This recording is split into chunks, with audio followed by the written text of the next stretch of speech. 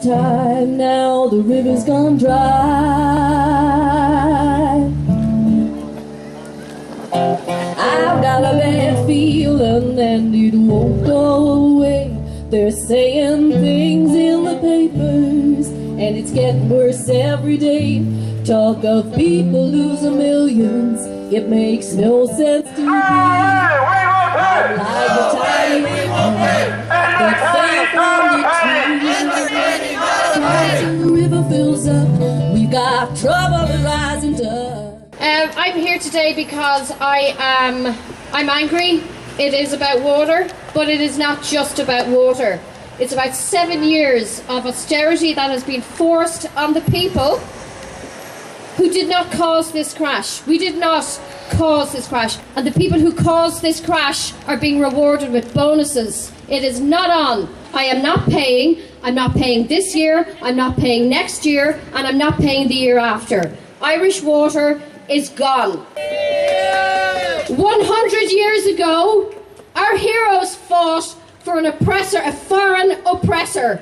100 years later, we are fighting our own oppressors. Our own government are oppressing the people of Ireland. It is wrong and it must end. And we have a government saying, that we've increased the hourly pay from €9.15 from €7.65. That is pathetic. How many government ministers are on €9.65 or €9.15? Now, before we move on to our next speaker, I just have to say a few words myself. I'm nearly forgetting about me. Right, there's a post currently going around on Facebook saying that water charges will be taken from your wages or your social welfare payments. That's not going to happen. Because for the first thing, you have to have a debt of over €500. They want to take you to court, and the best thing about it is, if you haven't signed the contract, it's worth all. Sorry. Apologies to all the children out there, not mine because they hear me all the time. But just keep that in mind. That if you've no contract, no judge in this country is going to send you to jail. Believe me. My daughter suffers with a disease called cystic fibrosis. I have a letter here. It was sent out to me last week.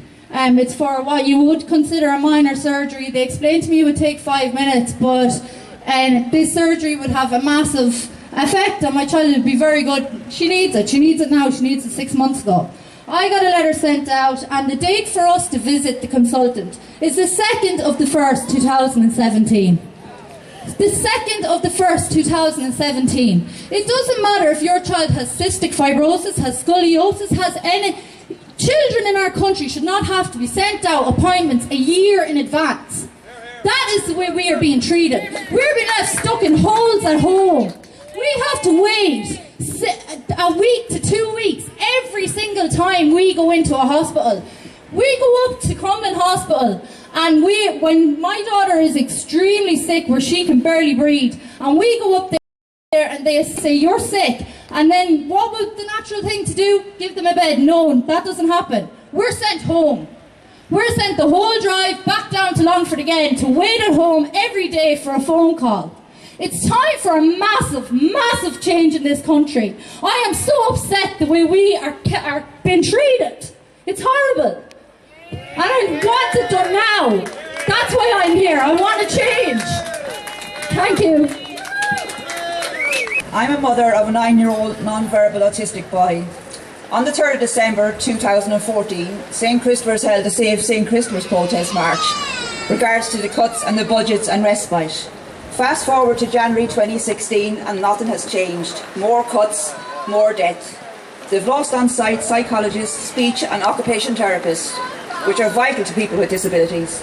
There are 3 things that define people who have a disability, mental health issues or whatever. They are poor, they're excluded, and they're entering a future that has no hope.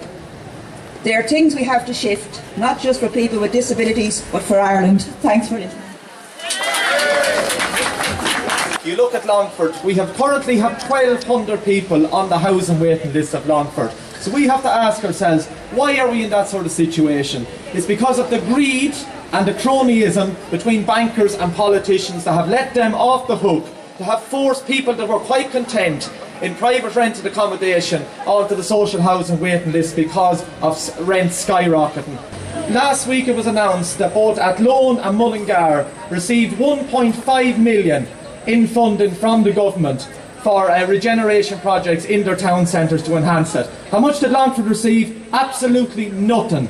So hopefully the people will just start voting with their legs now and get out and vote this absolute Thatcherite government out of existence. Thank you. There is a water meter fairy in Longford, believe it or not, and if you have an unwanted guest on your property anywhere inside or outside your property, you can contact the water meter fairy or myself, and I can pass on the message to him or her. Equal opportunities.